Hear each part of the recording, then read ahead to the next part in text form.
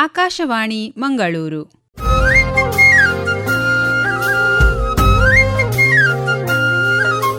ಕಿಸಾನ್ ವಾಣಿ, ಕಿಸಾನ್ ವಾಣಿ, ಜೈ ಕಿಸಾನ್, ಜೈ ಕಿಸಾನ್, ಜೈ ಕಿಸಾನ್, ಕಿಸಾನ್ ವಾಣಿ. ಈ ಕಾರ್ಯಕ್ರಮದ ಪ್ರಾಯೋಜಕರು ಕೃಷಿ ಹಾಗೂ ರೈತ ಕಲ್ಯಾಣ ಸಚಿವಾಲಯ, ಭಾರತ ಸರ್ಕಾರ. ಪ್ರಧಾನಮಂತ್ರಿ ಕಿಸಾನ್ ಮಾನ್ಧನ್ ಯೋಜನೆ ಸಿಗುವುದು ಪೆನ್ಷನ್ನ ಆಸರೆಯು, ಆಗದು ನಿರಾಸರೆ ಇನ್ನು. ಸಿಗುವುದು ಸಂತಸದ ಕ್ಷಣವು, ಕಳೆಯುವುದು ಸುಖದಿಂದ ವೃದ್ಧಾಪ್ಯ ರಕ್ಷಿತ ಆಗುವ ಅನ್ನದಾತ ಸುರಕ್ಷಿತ ಆಗುವ ಅನ್ನದಾತ. ಪ್ರಧಾನಮಂತ್ರಿ ಕಿಸಾನ್ ಮಾನ್ಧನ್ ಯೋಜನೆಯಿಂದ ಲಘು ಮತ್ತು ಸಣ್ಣ ಹಿಡುವಳಿದಾರ ರೈತರ ಭವಿಷ್ಯವಾಗುತ್ತೆ ಸುರಕ್ಷಿತ. 60 ವರ್ಷ ವಯಸ್ಸಾದ ನಂತರ 3,000 ರೂಪಾಯಿಗಳ ಮಾಸಿಕ ಪೆನ್ಷನ್ ಖಚಿತ. 55ರಿಂದ 200 ರೂಪಾಯಿಗಳ ಮಾಸಿಕ ಶುಲ್ಕ ನೀಡಿ 18ರಿಂದ 40 ವರ್ಷ ತನಕ ರೈತರು ಪ್ರವೇಶಿಸಬಹುದು. ಈ ಅಂಶದಾನ ಯೋಜನೆಯಲ್ಲಿ ಸರ್ಕಾರ ನೀಡುತ್ತದೆ ಸಮಪಾಲು ಕೊಡುಗೆ. ಎಲ್ಲ ರೈತ ಬಾಂಧವರು ಈ ಸೇವೆಯ ಪ್ರಯೋಜನಕ್ಕಾಗಿ ಜನಸೇವಾ ಕೇಂದ್ರಕ್ಕೆ ಹೋಗಿ ಉಚಿತವಾಗಿ ತಮ್ಮ ಹೆಸರನ್ನು ನೋಂದಾಯಿಸಿಕೊಳ್ಳಿ. ಪ್ರಧಾನಮಂತ್ರಿ ಕಿಸಾನ್ ಮಾನ್ಧನ್ ಯೋಜನೆ ಅನ್ನದಾತರ ಪರಿಶ್ರಮಕ್ಕಾಗಿ ಈಗ, ಪೆನ್ಷನ್ನಿಂದ ಅವರ ಮನೆ ಸುರಕ್ಷಿತ. ಕೃಷಿ ಮತ್ತು ರೈತ ಕಲ್ಯಾಣ ಖಾತೆ, ಭಾರತ ಸರ್ಕಾರದ ವತಿಯಿಂದ ಜನಹಿತಕ್ಕಾಗಿ ಜಾರಿ. ಪ್ರಿಯ ಕೇಳುಗರಿಗೆಲ್ಲ ನಮಸ್ಕಾರ. ಇಂದಿನ ಕಿಸಾನ್ ವಾಣಿ ಕಾರ್ಯಕ್ರಮದಲ್ಲಿ ಸಾವಯವ ಕೃಷಿಯಲ್ಲಿ ರೈತರು ಎದುರಿಸುವ ಸವಾಲುಗಳ ಕುರಿತು ಮಂಗಳೂರಿನ ಯುವ ಕೃಷಿಕ ಸೂರಜ್ ರಾವ್ ಅವರೊಡನೆ ಸಂದರ್ಶನ ಕೇಳಲಿರುವಿರಿ. ಸಂದರ್ಶಕರು ಗಾಯತ್ರಿ ಎಂ. ಇಂದಿನ ಸಂದರ್ಶನದಲ್ಲಿ ರೈತರು ತಮ್ಮ ನೈಜ ಜೀವನದಲ್ಲಿ ಅನುಭವಿಸುತ್ತಿರುವ ಕೃಷಿ ಸವಾಲುಗಳ ಕುರಿತು ನಾವು ಇವತ್ತು ಮಾತನಾಡಲಿದ್ದೇವೆ.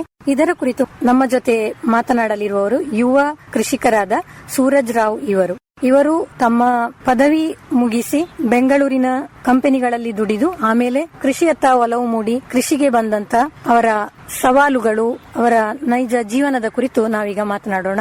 ನಮಸ್ಕಾರ ಸೂರಜ್ ರಾವ್ ಅವರೇ. ನಮಸ್ತೆ. ಈಗ ನೀವು ವಿದ್ಯಾಭ್ಯಾಸ ಮಾಡ್ತಾ ಇರುವಾಗ ನಿಮಗೆ ಕೃಷಿಯತ್ತ ಒಲವು ಮೂಡಿತ್ತಾ ಅಥವಾ ನೀವು ಹಿಂದಿನಿಂದಲೇ ಕೃಷಿ ಮೂಲದಿಂದ ಬಂದವಂತವರ? ನಮ್ದು ಕೃಷಿ ಕುಟುಂಬ.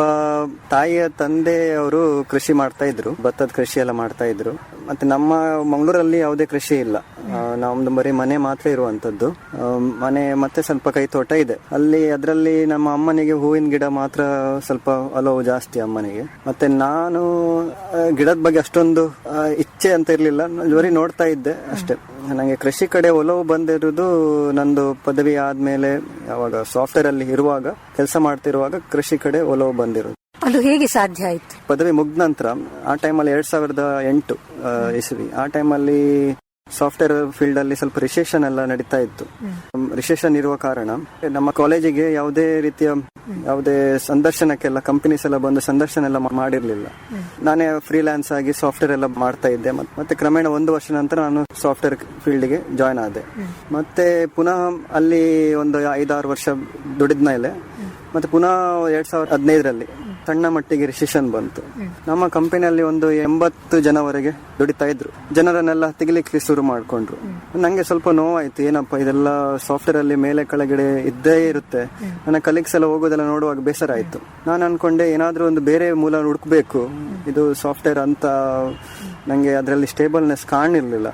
ಮತ್ತೆ ನಂಗೆ ಸುಮಾರು ಜನ ಹೇಳ್ತಾ ಇದ್ರು, ನೀನು ಸಾಫ್ಟ್ವೇರ್ ಅಲ್ಲಿ ಒಂದು 10-20 ವರ್ಷ ದುಡಿದ ನಂತರ ಕೃಷಿಗೆ ಹೋಗ್ಬೇಕು, ಅಂದ್ರೆ ಕೃಷಿ ಇಲ್ಲ ಬೇರೆ ಫೀಲ್ಡ್ಗೆ ಹೋದ್ರೆ ಇನ್ನತ್ರ ಸ್ವಲ್ಪ ಒಂದು ಅಮೌಂಟ್ ಇರ್ತದೆ ಜೇಬಲ್ಲಿ, ಯಾವುದೇ ಫೀಲ್ಡ್ ಟ್ರಯಲ್ ಮಾಡ್ಬೇಕಾದ್ರೆ. ನಾನು ಅನ್ಕೊಂಡೆ ಒಂದು 20 ವರ್ಷ ಎಲ್ಲ ಆಗುವಾಗ ನಂದು ಏಜ್ 40-50 ಅಲ್ಲ ಆಗ್ಬಹುದು. ಆವಾಗ ನಂಗೆ ಹೆಲ್ತ್ ಇಶ್ಯೂ ಇರ್ಬೋದು, ಎಂತಾದ್ರೂ ಇರ್ಬೋದು. ಆವಾಗ ನಮ್ಗೆ ಕೆಲಸ ಮಾಡ್ಲಿಕ್ಕೆ ಆಗುದಿಲ್ಲ. ಹಣ ಇರ್ಬೋದು ಜೇಬಲ್ಲಿ, ಆದ್ರೆ ನಮ್ಗೆ ದುಡಿಯುವಂತ ಶಕ್ತಿ ಇರೋದಿಲ್ಲ.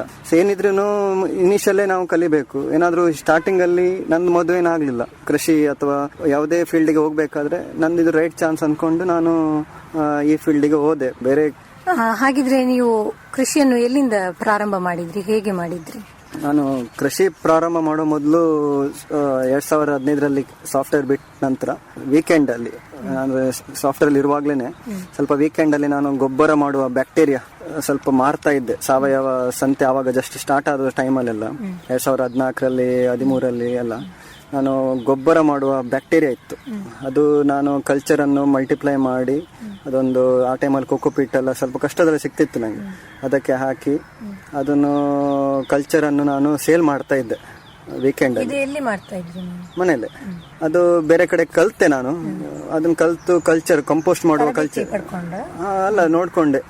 ನಿಮ್ಮ ಕಂಪೋಸ್ಟ್ ಅನ್ನು 2 ತಿಂಗಳು ಇಡುವ ಟೈಮ್ ಅನ್ನು 1 ತಿಂಗಳಲ್ಲೇ ಕಂಪೋಸ್ಟ್ ಮಾಡುವ ಒಂದು ಬ್ಯಾಕ್ಟೀರಿಯಾ, ಅದನ್ನ ಹಾಕಿದ್ರೆ ಕಿಚನ್ ವೇಸ್ಟ್ ಎಲ್ಲ ಬೇಗ ಆಗ್ತಿತ್ತು. ಅದನ್ನ ನಾನು ಏನ್ ಮಾಡ್ತಿದ್ದೆ, ವೀಕೆಂಡ್ಸ್ ಅಲ್ಲೆಲ್ಲ ಸೇಲ್ ಮಾಡ್ತಿದ್ದೆ. ಮತ್ತೆ ಅದ್ರ ಜೊತೆಗೆ ನಮ್ದು ವೀಕೆಂಡ್ಸ್ ಅಲ್ಲೆಲ್ಲ ಬೇರೆ ಬೇರೆ ಆಕ್ಟಿವಿಟೀಸ್ ಎಲ್ಲ ನಡೀತಾ ಇತ್ತು. ಪೇಂಟಿಂಗ್ ಇದು ಅದೆಲ್ಲ, ಸ್ಟ್ರೀಟ್ ಆರ್ಟ್ ಎಲ್ಲ ಮಾಡ್ತಾ ಇದ್ವಿ. ನಮ್ಗೆ ನೇಚರ್ ಕಡೆ ಎಲ್ಲ ಒಲವೆಲ್ಲ ಜಾಸ್ತಿ ಇತ್ತು, ಕ್ಲೀನಿನೆಸ್ ಬಗ್ಗೆ, ನೇಚರ್ ಬಗ್ಗೆ. ಮತ್ತೆ ಸಡನ್ ಆಗಿ ನಾನೊಂದು ತರಂಗದಲ್ಲಿ ಒಂದು ಆರ್ಟಿಕಲ್ ಓದಿದ್ದೆ, ನಾರಾಯಣ್ ಪೈ ಅಂತ ಅವ್ರದ್ದು. ಅವ್ರೇನಂತ 78 ವರ್ಷ ಆಗುವಾಗ ಅವ್ರದ್ದೊಂದು ಆರ್ಟಿಕಲ್ ಇತ್ತು. ಅಂದ್ರೆ ಅವರು ಕೈತೋಟ ಎಲ್ಲ ಮಾಡ್ತಾ ಇದ್ರು ಮಣಿಪಾಲಲ್ಲಿ. ಅವ್ರದ್ದು 3 ಜಾಗ, ಅವ್ರದ್ದು ಮಣಿಪಾಲ್ ಗುಡ್ಡದಲ್ಲಿ 3 ಜಾಗ, ಅಲ್ಲಿ ಅವರು ಕೈತೋಟ ಮಾಡಿ ಮಾಡ್ತಾ ಇದ್ರು. ಅದನ್ನ ನೋಡ್ಲಿಕ್ಕೋಸ್ಕರ ನಾನು ಅವರ ಹುಡ್ಕೊಂಡು ಅವರ ತೋಟ ಕಡೆ ಹೋದೆ, ಅಂದ್ರೆ ಕೈತೋಟ ನೋಡ್ಲಿಕ್ಕೆ ಅಂತ ಮಣಿಪಾಲಿಗೆ ಹೋದೆ. ಅಲ್ಲಿ ಹೋಗುವಾಗ ಅವರು ಒಂದೇ ಮಾತು ಹೇಳಿದ್ರು, ಅವ್ರದ್ದೊಂದು ಎಕ್ಸ್ಪೀರಿಯನ್ಸ್ ಹೇಳಿದ್ರು. ಕೃಷಿ ತೋಟ ಕೆಲವರೆಲ್ಲ ಹೇಳ್ತಾರೆ, ನನ್ನ ಜಾಗ 3 ಜಾಗ, ನಂದು ಜಾಗದಲ್ಲಿ ಎಂತ ಬೆಳೆಯುವುದಿಲ್ಲ ಅಂತ. ಅವರ ಜಾಗದಲ್ಲಿ ಎಲ್ಲಾ ತರ ತರಕಾರಿ ಮತ್ತೆ ಎಲ್ಲ ಸಮೃದ್ಧವಾಗಿ ಬೆಳೆದಿರುವ ಫ್ರೂಟ್ಸ್ ಗಳೆಲ್ಲ ಕಾಣ್ತಾ ಇತ್ತು. ನಂಗೆ ಆಶ್ಚರ್ಯ ಆಯ್ತು, ಹೇಗೆ ಅಪ್ಪ ಬೆಳೆಸ್ತಿದ್ದೀರಿ ಅಂತ. ಅವ್ರು ಹೇಳಿದ್ರು, ದೇವರು ನಿಂಗೆ ಯಾವ ಜಾಗ ಕೊಟ್ಟಿದ್ದಾರೆ, ನೀನು ಹುಟ್ಟಿದ ಜಾಗ, ಅದು ಜಾಗದಲ್ಲಿ ನೀನು ಪರಿಶ್ರಮ ಮಾಡಿದ್ರೆ ನೀನು ಅಲ್ಲಿ ಯಾವ್ದನ್ನು ಸಹ ಬೆಳೆಸಬಹುದು. ಮೇನ್ ಏನಂತ ಹೇಳಿ ಪರಿಶ್ರಮ ಬೇಕು, ಶ್ರದ್ಧೆ ಬೇಕು ಅಂತ ಹೇಳಿದ್ರು. ಮತ್ತೆ ಅವರು ಇನ್ನೊಂದು ಮಾತು ಹೇಳಿದ್ರು, ಏನಂತ ಹೇಳಿದ್ರೆ ಸ್ಟೇಬಲ್ ಜಾಬ್ ಯಾವ್ದಂತ ನಂಗೆ ಸ್ವಲ್ಪ ಗೊಂದಲ ಇತ್ತು. ಆವಾಗ ಅವರು ಒಂದು ಮಾತು ಹೇಳಿದ್ರು, stable job food related, health related, energy related ಮತ್ತೆ ಟ್ರಾನ್ಸ್ಪೋರ್ಟ್ ರಿಲೇಟೆಡ್ ಅಂತದೆಲ್ಲ ಹಿಂಗೆ ಸ್ಟೇಬಲ್ ಜಾಬ್ ಅಂತ ಹೇಳಿದ್ರು. ನಾನು ಅವಾಗ ಅನ್ಕೊಂಡೆ, ಸೊ ನಂದು ಸಾಫ್ಟ್ವೇರ್ ಸ್ಟೇಬಲ್ ಅಲ್ಲ, ಹಾಗಾದ್ರೆ ಸ್ಟೇಬಲ್ ಕಡೆ ಹೋಗ್ಬೇಕಾದ್ರೆ ಯಾವ್ದು ಮಾಡೋದು ಅಂತ ನಾನು ಯೋಚನೆ ಮಾಡಿದೆ. ಹೆಲ್ತ್ ರಿಲೇಟೆಡ್, ಫುಡ್ ರಿಲೇಟೆಡ್ ಮತ್ತೆ ಎನರ್ಜಿ, ಎಲ್ಲದಕ್ಕೂ ಮೂಲ ಅಗ್ರಿಕಲ್ಚರ್. ಅದರಲ್ಲಿ ಹೆಲ್ತ್ ಸಹ ಬಂತು ಮತ್ತೆ ಫುಡ್ ಸಹ ಬಂತು, ಎಲ್ಲ ಬಂತು. ಸೊ ನಾನು ಅಗ್ರಿಕಲ್ಚರ್ ಚೂಸ್ ಮಾಡ್ಬೇಕಾದ್ರೆ ನಂಗೆ ಯಾವುದು ಸರಿಯಾಗಿ ಗೊತ್ತಿರಲಿಲ್ಲ ದಾರಿ. ನಾನೇನು ಮಾಡಿದೆ, ನನ್ನ ಒಬ್ಬ ಬ್ಯಾಂಗ್ಳೂರಲ್ಲಿ ಒಂದು ಸ್ಟಾರ್ಟ್ಅಪ್ ಹೈಡ್ರೋಫೋನಿಕ್ಸ್ ಬಗ್ಗೆ ಒಂದು ಆರ್ಟಿಕಲ್ ಎಲ್ಲ ಓದ್ತಾ ಇದ್ದೆ. ಅವರನ್ನು ಕಾಂಟ್ಯಾಕ್ಟ್ ಮಾಡಿ ಅಲ್ಲಿ ನಾನು ಕೆಲಸಕ್ಕೆ ಜಾಯ್ನ್ ಆದೆ. ಅಲ್ಲಿ ನಾವು 7 ವರ್ಷ ಕೆಲಸ ಮಾಡಿ ಬ್ಯಾಂಗ್ಳೂರಲ್ಲಿ. ಅಲ್ಲಿ ಏನು ಬೆಳೀತಾ ಇದ್ರಿ? ಅಂದ್ರೆ ಈ ಹೈಡ್ರೋಫೋನಿಕ್ಸ್ ಮಾದರಿ ಅಂದ್ರೆ ಏನು? ಅಲ್ಲಿ ಮೈನ್ಲಿ ಹೈಡ್ರೋಫೋನಿಕ್ಸ್ ಅಂತ ಹೇಳಿದ್ರೆ ಮಣ್ಣು ರಹಿತ ಕೃಷಿ. ನಂಗೆ ಅದು ಅಲ್ಲಿ ತುಂಬಾ ಇಷ್ಟ ಆಯ್ತು. ಮಣ್ಣೇ ಇಲ್ಲಲ್ಲ, ಅದು ನೋಡ್ಬೇಕಂತ ಕ್ಯೂರಿಯಾಸಿಟಿಯಲ್ಲಿ ನಾನು ಅಲ್ಲಿ ಕೆಲಸಕ್ಕೆ ಜಾಯ್ನ್ ಆದೆ. ಅಲ್ಲಿ ಜಾಯ್ನ್ ಆದ್ಮೇಲೆ ನಂಗೆ ಎಲ್ಲಾ ರೀತಿಯ ಚಾಲೆಂಜಸ್ ಅಲ್ಲಿ ಫಸ್ಟ್ ಹ್ಯಾಂಡ್ ಎಕ್ಸ್ಪೀರಿಯನ್ಸ್ ಆಯ್ತು. ಬ್ಯಾಂಗ್ಳೂರ್ ಅಂತ ಹೇಳಿದ್ರೆ ಗಾರ್ಡನ್ ಸಿಟಿ, ಎಲ್ರಿಗೂ ಗಾರ್ಡನ್ ಮಾಡೋ ಹುಚ್ಚು. ಅಲ್ಲಿ ಪುಸ್ತಕ ಇರ್ಲಿಲ್ಲ ನಮ್ಗೆ. ಅಲ್ಲಿ ಒಂದು ಗಾರ್ಡನ್ ಶಾಪ್ ತರ ಮಾಡ್ಕೊಂಡಿದ್ವಿ. ಗಾರ್ಡನ್ ಅಲ್ಲಿ ಹೈಡ್ರೋಫೋನಿಕ್ಸ್ ಬೇಕಾಗಿರುವ ನ್ಯೂಟ್ರಿಯೆಂಟ್ಸ್, ಗಿಡ ಮತ್ತೆ ಕಿಚನ್ ಗಾರ್ಡನ್ ಮಾಡುವ ನ್ಯೂಟ್ರಿಯೆಂಟ್ಸ್ ಅದೆಲ್ಲ ನಾವು ಸೇಲ್ ಮಾಡ್ತಾ ಇದ್ವಿ. ಪ್ಲಸ್ ಬೇರೆಯವರಿಗೆ ಸೆಟಪ್ ಸಹ ಮಾಡ್ತಾ ಇದ್ವಿ. ಸಣ್ಣ ಕಿಚನ್ ಬಾಲ್ಕನಿ ಗಾರ್ಡನ್ ಇಂದ ಹಿಡಿದು ಟೆರೆಸ್ ಗಾರ್ಡನ್ ವರೆಗೆ ನಾವು ಸೆಟಪ್ ಮಾಡಿ ಎಲ್ಲ ಕೊಡ್ತಾ ಇದ್ವಿ ಬ್ಯಾಂಗ್ಳೂರಲ್ಲಿರುವಾಗ. ಮತ್ತೆ 2014-15 ಎಲ್ಲ ಹೈಡ್ರೋಫೋನಿಕ್ಸ್ ಇಂಡಿಯಾದಲ್ಲಿ ಸ್ಟಾರ್ಟಿಂಗ್ ಸ್ಟೇಜ್, ಅಂದ್ರೆ ಬೇಬಿ ಸ್ಟೇಜ್ ಅಲ್ಲಿ ಇತ್ತದು. ಅಷ್ಟೊಂದು ಯಾರು ಮಾಡ್ತಿರ್ಲಿಲ್ಲ. ನಾವು ಆವಾಗ ನಮಗೂ ಸಹ ಚಾಲೆಂಜ್, ನಮಗೆ ಸರಿಯಾಗಿ ನ್ಯೂಟ್ರಿಯೆಂಟ್ಸ್ ಎಲ್ಲ ಸಿಗ್ತಿರ್ಲಿಲ್ಲ, ಗಿಡಕ್ಕೆ ಬೇಕಾಗಿರುವ ಫರ್ಟಿಲೈಸರ್ಸ್ ಎಲ್ಲ. ಅಂದ್ರೆ ಇಲ್ಲಿ ಫರ್ಟಿಲೈಸರ್ ಅದಕ್ಕೆ ಹೈಡ್ರೋಫೋನಿಕ್ಸ್ ಅಲ್ಲಿ ನೀರಿಗೆ 100% ಕರಗಬೇಕು. ನಮ್ಗೆ ಇಲ್ಲಿ ಸ್ವಲ್ಪ ಕಲಬರಕೆ ಇರ್ತಿತ್ತು ಫರ್ಟಿಲೈಸರ್ ಅಲ್ಲಿ, ಅದು 100% ಆಗಿ ಡೈಲ್ಯೂಟ್ ಆಗ್ತಿರ್ಲಿಲ್ಲ. ಸೊ ನಮ್ಗೆ ಇಲ್ಲಿದ್ದು ಲೋಕಲ್ಗಿಂತ ನಾವು ಪರ್ಚೇಸ್ ಮಾಡಬೇಕಾಗಿರೋದು ಇಂಪೋರ್ಟೆಡ್ ಫರ್ಟಿಲೈಸರ್ ಎಲ್ಲ ಬರೋದು ಚೈನಾದಿಂದ, ಟರ್ಕಿಯಿಂದ, ಕೆಲವು ಕಡೆ ಎಲ್ಲ ಬರುತ್ತೆ. ಇದ್ರಲ್ಲಿ ಏನಾಯ್ತು, ನಾವು ಫುಲ್ಲಿ ಫರ್ಟಿಲೈಸರ್ ಅಲ್ಲೇ ಬೆಳೆಸ್ತಿದ್ವಿ. ಗಿಡವನ್ನು ನೀರಿಗೇನೆ ಪೋಷಕಾಂಶ ಹಾಕಿ, ಬೇರು ಮಾತ್ರ ನೀರಲ್ಲಿ ಸಬ್ಮರ್ಜ್ ಆಗಿರ್ತದೆ, ನೀರಲ್ಲಿ ಇರ್ತದೆ. ಮತ್ತೆ ಒಂದು 10-15% ಬೇರು ಗಾಳಿಯಲ್ಲಿ ಇರ್ತದೆ. ಅವಾಗ ಏನಾಗ್ತದೆ, ಗಿಡಕ್ಕೆ 25% ನೀರು, 25% ಗಾಳಿ ಬೇಕು ಬೇರಿಗೆ. ಗಾಳಿ ಮುಖಾಂತರಲ್ಲೂ ಸಹ ಅದು ನ್ಯೂಟ್ರಿಯೆಂಟ್ಸ್ ತಗೊಳ್ತಾ ಇತ್ತು, ನೀರಿನ ಮುಖಾಂತರಲ್ಲೂ ಸಹ ನ್ಯೂಟ್ರಿಯೆಂಟ್ಸ್ ತಗೊಳ್ತಾ ಇತ್ತು. ಮತ್ತೆ ಗಿಡ ಸಮೃದ್ಧವಾಗಿ ಬೆಳೆಸ್ತಾ ಇತ್ತು. ಅಂದ್ರೆ ಗಿಡಕ್ಕೆ ಬೇಕಾಗಿರೋದು 16-17 ನ್ಯೂಟ್ರಿಯೆಂಟ್ಸ್. ಅದರಲ್ಲಿ ಪ್ರೈಮರಿ ನ್ಯೂಟ್ರಿಯೆಂಟ್ಸ್, ಸೆಕೆಂಡರಿ ನ್ಯೂಟ್ರಿಯೆಂಟ್ಸ್ ಅಂತೆಲ್ಲ ಇರ್ತದೆ. ಸೊ ಅಷ್ಟು ನ್ಯೂಟ್ರಿಯೆಂಟ್ಸ್ ಅನ್ನು ನಾವು ಪರ್ಚೇಸ್ ಮಾಡಿ, ಬೇರೆ ಬೇರೆ ಫಾರ್ಮುಲೇಷನ್ ಅಲ್ಲಿ ಪರ್ಚೇಸ್ ಮಾಡಿ, ಬೇರೆ ಬೇರೆ ಗಿಡಕ್ಕೆ ಬೇರೆ ಬೇರೆ ಫಾರ್ಮುಲೇಷನ್ ಎಲ್ಲ ಇರ್ತದೆ. ಅದನ್ನು ರೆಡಿ ಮಾಡಿ ನೀರಿಗೆ ಹಾಕಿ ಅದರದ್ದು pH ಮತ್ತೆ EC ಅಂತೆಲ್ಲ ಇರ್ತಿಲ್ಲ ನೋಡಿ ಚೆಕ್ ಮಾಡಿ ನಾವು ಬೆಳೆಸಬಹುದು. ಅದನ್ನ ಇಂಡೋರ್ ಸಹ ಬೆಳೆಸಬಹುದು, ಇಂಡೋರ್ ಲೈಟ್ ಹಾಕಿ ಇಂಡೋರ್ ಸಹ ಬೆಳೆಸಬಹುದು, ಔಟ್ಡೋರ್ ಸಹ ಹಾಕಿ ಬೆಳೆಸಬಹುದು. ಸೊ ನೀರಲ್ಲಿ ನಾವು ಪರ್ಫೆಕ್ಟ್ ಫರ್ಟಿಲೈಸರ್, ಅಂದ್ರೆ ಗಿಡಕ್ಕೆ ಇಷ್ಟೆಷ್ಟು ಕೊಟ್ರೆ ಅದು ಸಮೃದ್ಧವಾಗಿ ಬೆಳೀತದೆ, ಅಷ್ಟನ್ನು ನಾವು ಬೆಳೀತಾ ಇದ್ವಿ. ಮತ್ತೆ 20% ಫಾಸ್ಟರ್ ಗ್ರೋತ್ ಹೈಡ್ರೋಫೋನಿಕ್ಸ್ ಗೆ ಮತ್ತೆ ಆರ್ಗ್ಯಾನಿಕ್ ಗೆಲ್ಲ ಬೇರೆದಕ್ಕೆಲ್ಲ ಕಂಪೇರ್ ಮಾಡಿದ್ರೆ, ಅಂದ್ರೆ ಗಿಡಕ್ಕೆ ಬೇರಿಗೆ ಕೆಲಸನೇ ಇಲ್ಲ. ಯಾಕಂತ ಹೇಳಿದ್ರೆ ಬೇರು ಬಂದು ಬಿಡ್ತದೆ, ಫಾಸ್ಟ್ ಫುಡ್ ತರ. ಆದ್ರೆ ಅದೇ ನಾವು ನೆಲದಲ್ಲಿ ಬೆಳೆಸಿದ್ರೆ ಗಿಡ ಮುಕ್ಕಾಲು ಎನರ್ಜಿ ಬೇರನ್ನು ಸ್ಪ್ರೆಡ್ ಮಾಡ್ಲಿಕ್ಕೆ ತಗೊಳ್ತದೆ. ಇಲ್ಲಿ ಆಗಲ್ಲ, ಬೇರಿಗೆ ಮತ್ತೆ ಗಿಡಕ್ಕೆ ಕೆಲಸನೇ ಇಲ್ಲ.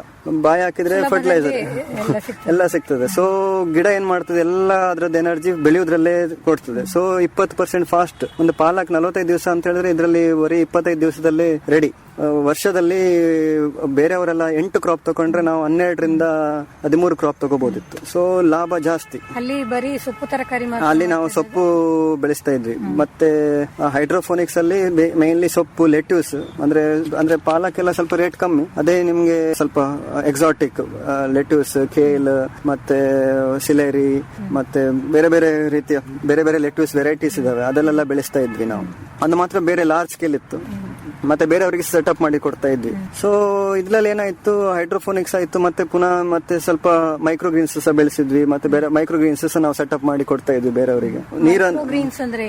ಮೈಕ್ರೋಗ್ರೀನ್ಸ್ ಏನಂತ ಹೇಳಿದ್ರೆ, ಒಂದು ಬೀಜದಲ್ಲಿ ಸ್ವಲ್ಪ ಶಕ್ತಿ ಇರ್ತದೆ. ಆ ಬೀಜ ಮೊಳಕೆ ಹೊಡೆದು 7ರಿಂದ 10 ದಿನದ ಗಿಡ. ಅದೇನಾಗ್ತದೆ ಅಂತ ಹೇಳಿದ್ರೆ, ಬೀಜದ್ದು ಪೂರ್ತಿ ಪೋಷಕಾಂಶ ಗಿಡ ಹೀರ್ಕೊಂಡಿರ್ತದೆ, ಅದನ್ನು ತಿನ್ನುವಂಥದ್ದು. ಅದು ಒಂದು ಟ್ರೆಂಡ್. ಅದು ಎಷ್ಟು ಮಟ್ಟಿಗೆ ಅದರದ್ದು ಉಪಯೋಗ ಅಂತ ಹೇಳಿದ್ರೆ, ಮೇನ್ಲಿ ಅದು ಚೆಫ್ನವರೆಲ್ಲ ಏನ್ ಮಾಡ್ತಾರೆ ಅಂತ ಹೇಳಿ ಅದನ್ನು ಬ್ಯೂಟಿಫಿಕೇಶನ್ ಮಾಡ್ಲಿಕ್ಕೆ ಅದಕ್ಕೆ ಯೂಸ್ ಮಾಡ್ತಾರೆ. ದೊಡ್ಡ ದೊಡ್ಡ ಹೋಟ್ಲಿಗೆಲ್ಲ ಕೊಟ್ಟರೆ, 5 ಸ್ಟಾರ್ ಹೋಟ್ಲಿಗೆಲ್ಲ ಅದು ಸ್ವಲ್ಪ ಮೇನ್ಲಿ ಪರ್ಪಸ್ ಬ್ಯೂಟಿಫಿಕೇಶನ್. ಅದರಲ್ಲಿ ಅವರಿಗೆ ಅಡಿಷನಲ್ ಅಮೌಂಟ್ ತೆಗಿಲಿಕ್ಕೆ ಆಗ್ತದೆ. ಸೊ ಅವರಿಗೆಲ್ಲ ಸೆಟಪ್ ಮಾಡಿ ಕೊಡ್ತಾ ಇದ್ವಿ ಮೈಕ್ರೋಗ್ರೀನ್ಸ್ ಫಾರ್ಮ್ ಎಲ್ಲ. ಸೊ ಅದು ಆಯ್ತು. ಮತ್ತೆ ಅದ ನಂತರ ಏರೋಫೋನಿಕ್ಸ್ ಅಂತ ಹೇಳಿದ್ರೆ, ಏರೋಫೋನಿಕ್ಸ್ ಏನಂತ ಹೇಳಿದ್ರೆ, ಇದು ಗಿಡ ಬಟಾಟೆ ಎಲ್ಲ ನಾವು ನೋಡಿರ್ಬೋದು ನೀವು, ಮಣ್ಣಲ್ಲಿ ಬೆಳೀತದಲ್ಲ, ಇದು ಹಾಗಲ್ಲ, ಗಾಳಿಯಲ್ಲಿ ಬೆಳೆಯುವಂಥದ್ದು. ಸೊ ಅದು ಸಹ ನಾವು ಬೆಳೆಸಿದ್ವಿ.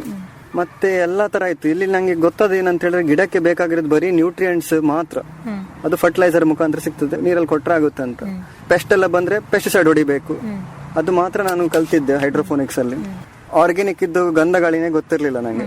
ಬರೀ ಅದೇ ಫೀಲ್ಡ್ ಅಲ್ಲಿ ಇದ್ದ ನಿಂತು ಒಂದು 7 ವರ್ಷ. ಮತ್ತೆ ಸ್ವಲ್ಪ ಬೇರೆ ಫಾರ್ಮ್ ಇತ್ತು. ಕೊರೋನಾ ಟೈಮ್ ಅಲ್ಲಿ ಬ್ಯಾಂಗ್ಳೂರ್ ಬಿಟ್ಟು ಮಂಗಳೂರಿಗೆ ಬರಬೇಕಾಯ್ತು ನಂಗೆ. ನಾನು ಒಬ್ಬನೇ ಮಗ, ಹಾಗೆ ಅಪ್ಪ ಅಮ್ಮನನ್ನು ಸಹ ನಂಗೆ ಜವಾಬ್ದಾರಿ ಇತ್ತು. ಸೊ ಮಂಗಳೂರಿಗೆ ಬಂದ ನಂತರ ನಂಗೆ ಬೇರೆ ಆಪ್ಷನ್ ಇರಲಿಲ್ಲ. ಬೇರೆ ಕೃಷಿ ಬಿಟ್ಟು ಬೇರೆ ಜಾಬ್ ಮಾಡ್ಲಿಕ್ಕೆ ನಂಗೆ ಮನಸ್ಸಿರ್ಲಿಲ್ಲ.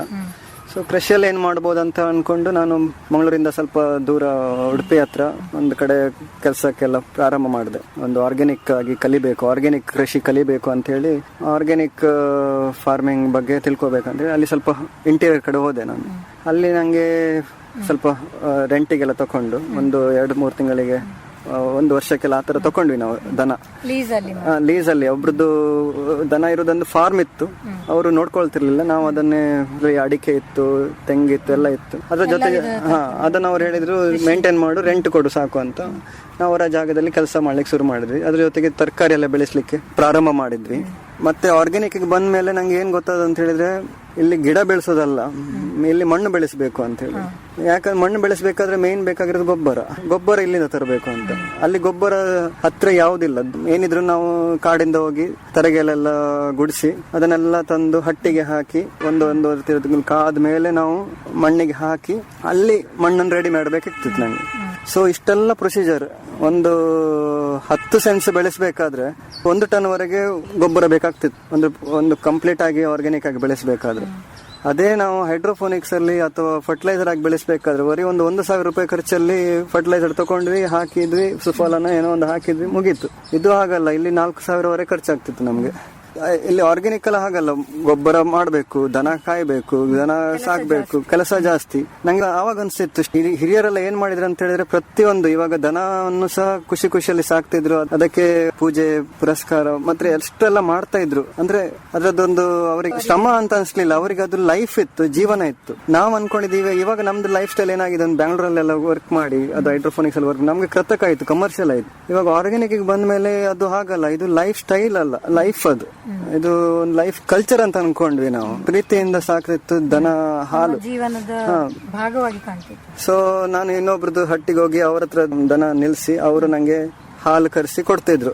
ನಾನು ಅನ್ಕೊಂಡೆ ಮಂಗಳೂರಲ್ಲಿ ಮಲ್ನಾಡ್ ಗಿಡ್ಡದ ಹಾಲಿಗೆ 1 ಲೀಟರ್ಗೆ 100 ರೂಪಾಯಿ, 110, 20 ರೂಪಾಯಿ ಎಲ್ಲ ಕೊಡ್ತಾರೆ, 120 ಎಲ್ಲ. ನಾನಿಲ್ಲಿ ಎಷ್ಟು ಶುದ್ಧವಾದ ಹಾಲು ಕುಡಿಬೇಕಾದ್ರೆ ನಂಗೆ ಖುಷಿ ಆಗ್ತಿತ್ತು. ಅದು ಮಲ್ನಾಡ್ ಗಿಡ್ಡ ಹಾಗಲ್ಲ, ಒಂದ್ಸತಿ ಬಿಟ್ರೆ 5 ಕಿಲೋಮೀಟರ್ ದೂರವರೆಗೆ ಓಡಾಡ್ಕೊಂಡು ಓಡ್ತಾ ಇತ್ತು. ಅದನ್ನು ಕಾಡು ಆಚೆ ಎಲ್ಲ ಕರ್ಕೊಂಡೆಲ್ಲ ರಿಟರ್ನ್ ಕರ್ಕೊಂಡು ಬರ್ಬೇಕಾದ್ರೆ ಸಂಜೆ ನಡೀತಾ ಇತ್ತು, ಶ್ರಮ ಆಗ್ತಿತ್ತು. ಸೊ ಫಸ್ಟ್ ಹ್ಯಾಂಡ್ ಎಕ್ಸ್ಪೀರಿಯನ್ಸ್ ಆಯ್ತು ನಂಗೆ ಲೈಫ್ ಅಲ್ಲಿ. ಮತ್ತೆ ನಂಗೆ ಸಿಗ್ನಲ್ ಬೇರೆ ಇರ್ತಿರ್ಲಿಲ್ಲ, ಫಾರ್ಮ್ ಅಲ್ಲಿ ಯಾರಿಗೂ ಉಪದ್ರ ಇರ್ತಿರ್ಲಿಲ್ಲ, ಖುಷಿ ಆಗ್ತಿತ್ತು. ಅಲ್ಲಿ ನಂಗೆ ಗೊತ್ತಾಯ್ತು ಇದು ಆರ್ಗ್ಯಾನಿಕ್ ಲೈಫೇ ಬೇರೆ. ಇದು ಒಂದು ಕೃಷಿ, ಅದೊಂದು ಸಾವಯವ ಕೃಷಿ ಮಾಡೋದು ಚಾಲೆಂಜ್ ಸುಮಾರು ಇದೆ. ಏನು ಚಾಲೆಂಜಸ್ ಹೇಳಿದ್ರೆ, ಮೊದಲೆಲ್ಲ ನಮ್ಮ ಹಿರಿಯರಿಗೆ ತುಂಬಾ ದೊಡ್ಡ ಕುಟುಂಬ ಇತ್ತು, ಒಬ್ಬ ಮಾತ್ರ ದುಡಿಬಹುದಿತ್ತು, ಆಚೆ ಹೋಗಿ ದುಡಿತಾ ಇದ್ದ, ಮತ್ತೆ ಉಳಿದವರೆಲ್ಲ ಒಂದು ಫ್ಯಾಮಿಲಿ ತರನೇ. ಇವಾಗ ತಂದೆಗೆ ಸಪೋರ್ಟ್ ಇದ್ರು, ಅದರದ್ದು ಬುಡ ಬಿಡಿಸ್ಲಿಕ್ಕನ ಇಲ್ಲ ಏನಾದ್ರು ಒಂದು ಕೃಷಿ ಮಾಡ್ಲಿಕ್ಕೆ, ಕರ ಚಟುವಟಿಕೆಗೆ ಎಲ್ಲದಕ್ಕೂ ಸಹ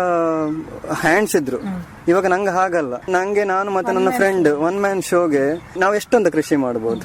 ಎಲ್ಲರನ್ನು ಲೇಬರ್ ಅನ್ನು 800 ರೂಪಾಯಿಗೆ ಲೇಬರ್ ಅನ್ನು ಕರ್ಕೊಂಡು ಬಂದು ಎಷ್ಟೊಂದು ಕೃಷಿ ಮಾಡಬಹುದು ನಾವು. ಅದು ಕೃಷಿಗೆ ಸುಮಾರು ಉಂಟು ಚಾಲೆಂಜಸ್, ಒಂದು ರೀತಿ ಅಲ್ಲ. ಮತ್ತೆ ಮೆಂಟಲ್ ಚಾಲೆಂಜಸ್ ಸಹ ಇದೆ. ಎಲ್ಲರೂ ನಂಗೆ ಹೇಳ್ತಾ ಇದ್ರು, ನೀನ್ ಯಾಕೆ ಮಾರ ಕೃಷಿಗೆ ಬಂದಿದ್ಯಾ. ನನ್ನ ಫ್ರೆಂಡ್ಸ್ ಎಲ್ಲ US ಅಲ್ಲಿ ಇದ್ದಾರೆ, ಕೆಲವರೆಲ್ಲ ಬ್ಯಾಂಕ್ ಅಲ್ಲಿ ಇದ್ದಾರೆ, ಎಲ್ಲ ಸ್ಟೇಬಲ್ ಆಗಿ ಎಲ್ಲ ಇದ್ದಾರೆ. ಅವ್ರದ್ದು ಸ್ಟೇಬಲ್ ಲೈಫ್ ಎಲ್ಲ ನೋಡುವಾಗ ಎಂತ ಮಾರ ನೀನು ಅಂತ ಕೆಲವರೆಲ್ಲ ಕ್ವಶನ್ಸ್ ಹಾಕೋರೆಲ್ಲ ಇದ್ದಾರೆ. ಬರೀ ತಲೆಯಲ್ಲಿ ನಾಲೆಜ್ ಬಂದಿರಬಹುದು, ಆದ್ರೆ ಇದು ನಮ್ಗೆ ಹೊಟ್ಟೆಗೆ ಏನಾದ್ರು ಕೊಡ್ತಾ ಉಂಟಾ ಅಂತ ಪ್ರಶ್ನೆ ಬರ್ತಿತ್ತು. ಕೆಲವೊಮ್ಮೆ ಮಾನಸಿಕ ಖಿನ್ನತೆ ಬರ್ತಿತ್ತು. ಎಲ್ಲಾ ಟೈಪ್ ಇದೆಲ್ಲ ಬಂದು ಹೋಗಿದೆ. ಆದ್ರೆ ನೀವು ಮಾಡುವಂತ ಕೆಲಸದಲ್ಲಿ ನಿಮಗೆ ನೆಮ್ಮದಿ ಉಂಟು, ಫೈನಾನ್ಷಿಯಲ್ ನೆಮ್ಮದಿನ ಆಗ್ಬೇಕು. ಚಾಲೆಂಜಸ್ ಉಂಟು. ಮತ್ತೆ ಬೇರೆಯವರ ಜಾಗದಲ್ಲಿ ಕೃಷಿ ಮಾಡುವಾಗ ಏನಾಗ್ತಿತ್ತು, ಒಂದು ಅವರಿಗೆ ಸ್ವಲ್ಪ ಜಾಸ್ತಿ ಉತ್ಪತ್ತಿ ಬಂದ ಮೇಲೆ ಅವರಿಗೆ ಸಾಕು ಮಾರೆ ನೀನು ಹೋಗು ಅಂತ ಹೇಳಿದವರು ಸಹ ಇದ್ದಾರೆ. ನಂಗೆ ನಾನು ಕಲ್ಲಂಗಡಿ ಬೆಳೆಸಿದ್ದೆ ಮಂಗಳೂರಲ್ಲಿ 2003-2 ಅಲ್ಲಿ ನಾನು ಹಳದಿ ಕಲ್ಲಂಗಡಿ ಬೆಳೆಸಿದ್ದೆ. ಅಷ್ಟವರೆಗೆ ಯಾರು ಉಡುಪಿಯಲ್ಲಿ ಬೆಳೆಸ್ತಿದ್ರು, ಮಂಗಳೂರಲ್ಲಿ ಯಾರು ಬೆಳೀತಿರ್ಲಿಲ್ಲ. ನಾನು ಮಂಗಳೂರಲ್ಲಿ ಅದು ಗಂಜಿ ಮಠದ ಹತ್ರ 30 ಎಕರೆ ಹಳದಿ ಕಲ್ಲಂಗಡಿ ಸಹ ಬೆಳೆಸಿದ್ದೆ. ಒಂದು 2 ಟನ್ ವರೆಗೆ ಹಳದಿ ಕಲ್ಲಂಗಡಿ ಬೆಳೆಸಿ ಮಾರಿದ್ದು ಸಹ ಉಂಟು. ಅದು ಸಹ ಆರ್ಗ್ಯಾನಿಕ್ ಆಗಿ ಬೆಳೆಸಿದ್ದೆ. ಅದಕ್ಕೆ ಸುಮಾರಾಯ್ತು ನಂಗೂ ಸಹ. ಅದರದ್ದು ಗೊಬ್ಬರ ಎಲ್ಲ, ಹಟ್ಟಿ ಗೊಬ್ಬರ ಎಲ್ಲ ಒಟ್ಟು ಮಾಡುದೆಲ್ಲ ಬೇರೆಯವರ ಜಾಗದಲ್ಲಿ ಮಾಡಿದ್ರೆ ಒಂದು ಪಾಲಲ್ಲಿ ಜಾಗ ಅವ್ರಿಗೆ ಪರ್ಮಿಷನ್ ತಗೋಬೇಕು. ಮತ್ತೆ ಒಬ್ಬೊಬ್ಬರ ಹತ್ರ ಜಾಗ 40 ಎಕರೆ 50 ಎಕರೆ 10 ಎಕರೆ ಎಲ್ಲ ಜಾಗ ಇರುತ್ತೆ. ಆದ್ರೆ ಅವರು ಮಾತ್ರ ಮಂಗಳೂರಲ್ಲಿ ಇರುವುದಿಲ್ಲ, ಬೇರೆ ಜಾಗದಲ್ಲಿ ಕೆಲಸದಲ್ಲಿ ಇರ್ತಾರೆ. ನಾವು ಮಾತ್ರ ಹೋಗಿ ಅವ್ರದ್ದು ಜಾಗವನ್ನು ನೋಡ್ಕೊಳ್ಳೋದು, ಏನೋ ಕೃಷಿ ಮಾಡೋದೆಲ್ಲ ಮಾಡ್ಬೇಕಾಗ್ತದೆ. ನಂಗೆ ಅನ್ಕೊಂಡಿದ್ದೆ ಅವರ ಮಗುವನ್ನು ನಾನು ಸಾಕ್ಬೇಕಲ್ಲ ಅಂತ. ಸವಾಲುಗಳು ಜಾಸ್ತಿ, ಖರ್ಚು ಜಾಸ್ತಿ. ಅವರು ಎಷ್ಟು ಹಣ ಕೇಳಿದ್ರೆ ಅವರ ಜಾಗವನ್ನು ಸಹ ಮೇಂಟೈನ್ ಮಾಡ್ಲಿಕ್ಕೆ ಸಹ ಅವರಿಗೆ ಹಿಂದೆ ಮುಂದೆ ಇರ್ತದೆ. ನಮ್ಗೆ ಗೊತ್ತಿರ್ತದೆ ಅಲ್ಲಿ ಮೇಂಟೈನ್ ಮಾಡ್ಲಿಕ್ಕೆ ಇಷ್ಟು ಖರ್ಚಾಗ್ತದೆ ಅಂತ. ಅವರು ಅದನ್ನು ಖರ್ಚಿಗೆ ಹಣ ಸಹ ಕೊಟ್ಟಿರೋದಿಲ್ಲ. ಸೊ ನಂಗೆ ಅದ್ರೆಲ್ಲ ಬೇಡ ಅನ್ಸಿತ್ತು. ಮತ್ತೆ ಅಲ್ಲಿ ಬೇರೆ ಬೇರೆ ಉಪದ್ರ ಆಯ್ತು ನಂಗೆ, ಬೇರೆಯವರ ಜಾಗದಲ್ಲಿ ಲೀಸ್ ಅಲ್ಲಿ ಮಾಡೋದು ಎಲ್ಲ. ಮತ್ತೆ ನಂಗೆ ಅನ್ಸ್ಕೊಂಡೆ ನನ್ನ ಮನೆ ಹಿಂದ್ಗಡೆ ಕೈ ತೋಟದಲ್ಲೇ ಕೃಷಿ ಮಾಡಬೇಕು ಅಂತ ಅನ್ಕೊಂಡೆ. ಮತ್ತೆ ನಾನು ಏನ್ ಮಾಡಿದೆ, ಬ್ಯಾಂಗ್ಳೂರಲ್ಲಿ ಕಲ್ತಿರುವ ಹೈಡ್ರೋಫೋನಿಕ್ಸ್, ಏರೋಫೋನಿಕ್ಸ್ ಎಲ್ಲೆಲ್ಲ ಕಲ್ತಿದ್ದೀನಿ. ಅದನ್ನ ನಾನು ಇಂಪ್ಲಿಮೆಂಟ್ ಮಾಡ್ಬೇಕಂತ ಅನ್ಕೊಂಡೆ. ಮತ್ತೆ ಆರ್ಗ್ಯಾನಿಕ್ ಆಗಿ ಹೇಗೆ ಮಾಡೋದು ಅಂತಾನೆ ಸವಾಲಿತ್ತು. ಇವಾಗ ಹೈಡ್ರೋಫೋನಿಕ್ಸ್ ಮಾಡೋದು ಬೆನಿಫಿಟ್ ಏನಂತ ಹೇಳಿದ್ರೆ, ನಿಮ್ಗೆ ಮಣ್ಣಿಲ್ಲ ಒಂದು, ಮತ್ತಿನ್ನೊಂದು ಏನಂತ ಹೇಳಿದ್ರೆ ಮೇಲೆ ಬೆಳೆಸಬಹುದು. ಅಂದ್ರೆ ಸ್ಟೆಪ್ ಆಗಿ ಇವಾಗ ಲೇಯರ್ ಒಂದು ಬರೀ ನೆಲದಲ್ಲಿ ಒಂದೇ ಲೇಯರ್ ಅಲ್ಲಿ ಬೆಳೆಸಿದ್ರೆ ನಿಮ್ಗೆ ಅದ್ರದ್ದು ಉತ್ಪತ್ತಿ ಒಂದು 50 ಸ್ಕ್ವೇರ್ ಫೀಟ್ ಅಲ್ಲಿ ನಿಮ್ಗೆ ಒಂದು 50 ಕಟ್ಟು ಪಾಲಕ್ ಬಂದ್ರೆ, ಅದೇ ನಿಮ್ಗೆ ಸ್ಟೆಪ್ ಆಗಿ ಬೆಳೆಸಿದ್ರೆ ನೀವು ಒಂದು 100 ಕಟ್ಟು ಅಥವಾ 75 ಕಟ್ಟು ಬೆಳೆಸುವ ಹಾಗೆ ಸಾಮರ್ಥ್ಯ ಇರ್ತದೆ.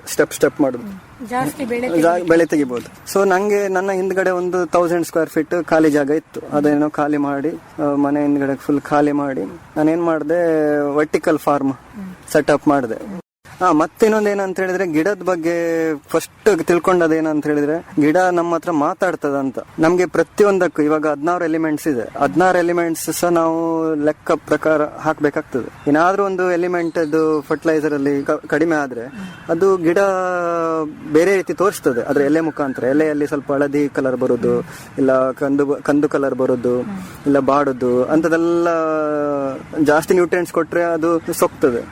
ಅದು ನೈಟ್ರೋಜನ್ ಜಾಸ್ತಿ ಕೊಟ್ರೆ, ಸಾರಜನಕ ಜಾಸ್ತಿ ಆದ್ರೆ ಅದು ಸೊಕ್ಕು ಬರೋದಿರ್ತದೆ, ಫ್ರೂಟ್ಸ್ ಕೊಡೋದಿಲ್ಲ.